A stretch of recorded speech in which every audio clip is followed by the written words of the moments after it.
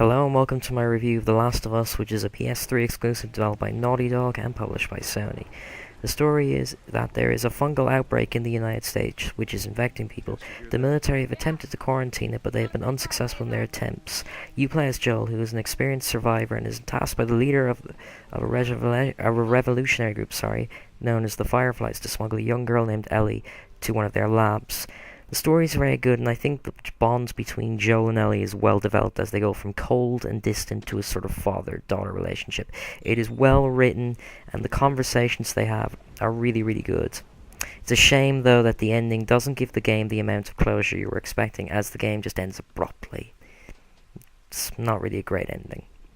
The gameplay is solid and it incorporates three main elements: exploration, combat, and crafting. The exploration involves looking for supplies such as items for crafting, ammo, and collectibles items such as notes to read, firefly pendants, and comics. When there are enemies, though, you can choose how to deal with them by either using stealth or by fighting. The stealth works well with Joel using a mode called Listen Mode, in which he uses his hearing to detect enemies, where you can see them through walls and where they're walking. It's a very handy mode to have. You can also use objects such as balls and bricks to distract enemies.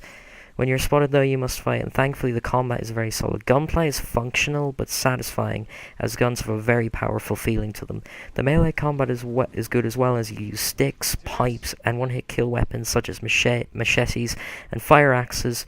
You can also upgrade your other melee weapons to one-hit kill as well, but they break faster if you do this. All weapons break, by the way, so yeah. Once your weapon is broken, though, you can resort to using your fist, but they are not very effective, but they do come in handy against some enemies. Graphically, the game looks fine. It won't wow people with its visuals, but they are serviceable. Character models look fine, environments look fine, and textures are detailed for the most part. Sound-wise, the game has a good soundtrack, which is atmospheric, intense, and the voice actors put in great performances all across the board. The game weapons sound powerful, and the enemies sound threatening and disgusting. If there are any problems with The Last of Us single player, is that the partner AI is as dumb as bricks. They get in your way while shooting. They run right in front of enemies during stealth, which the enemies fail to notice, and they are an overall hindrance instead of help.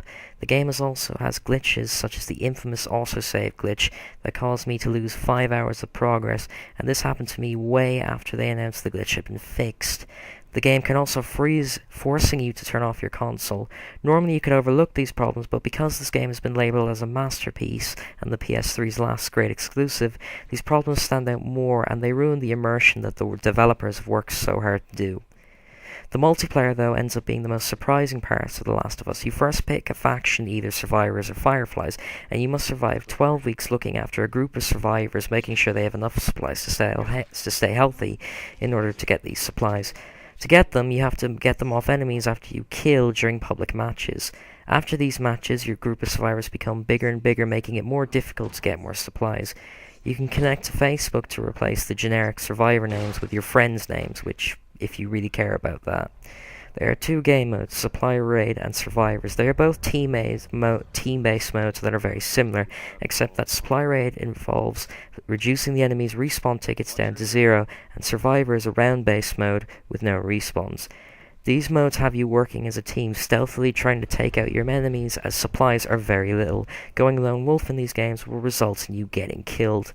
Factions is a nice change of pace from all the action-based multiplayer third-person shooters out there, such as Naughty Dog's own Uncharted, because it's at a much slower pace. Overall, The Last of Us is a good game, but it is not that masterpiece that everyone has been calling it.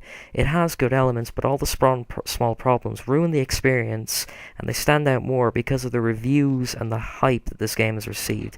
If you are a PS3 owner, pick this up, but don't go into expecting it to be a game of perfection, and you should enjoy it more. I give The Last of Us an 8.5 out of 10. Thanks for watching, and I'll see you guys later. Bye!